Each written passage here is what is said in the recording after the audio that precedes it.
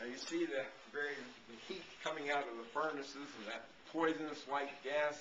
And here's another one. This is terrible. But this is interesting right here. During the smog, there were people with breathing problems who just couldn't catch their breath.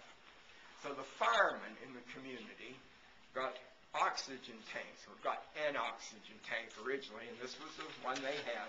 And they went from place to place giving people a little shot of oxygen to clear their breathing passages. Nobody wanted them to leave after they got that little bit of oxygen because they were afraid they were going to die, and of course some of them did. The man who was taking this around was named Bill Shemp, and Bill died just a few months ago. He was born and reared here in Donora. The fog was so thick that when he was making his rounds, he got lost right in his hometown.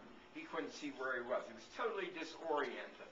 And he was literally crawling on his hands and knees so he wouldn't step off curves or fall in ditches or any such thing while carrying this around. He was literally a lifesaver to the people in Donora.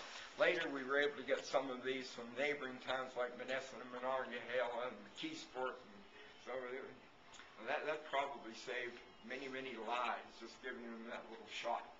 Now, here's a plaque that was put on display a year ago when we had the 60th anniversary of the Smog Commemoration Committee. Now, the question is, how many people died as a result of the smog? Well, if you count those who died during the week, in that particular weekend there were 20. Shortly thereafter, 7 more died. However, actuarial studies have been done which show that in the month following that smog, 50 people, more than who would normally be expected to pass away, died in Donora. And it was probably the result of the smog. So this was much more serious than the 20 or 27 that you usually see who passed away. And here's a wonderful picture of Donora. This is what it looked like. See the white smoke coming out of the mills? And somewhere around here we'll see a picture of the, here's right here. Here's the Gilmore Cemetery. No vegetation on it at all. The question is, did the coffin wash out and go down on Melvin Avenue? I don't know. There's another one of Gilmore Cemetery.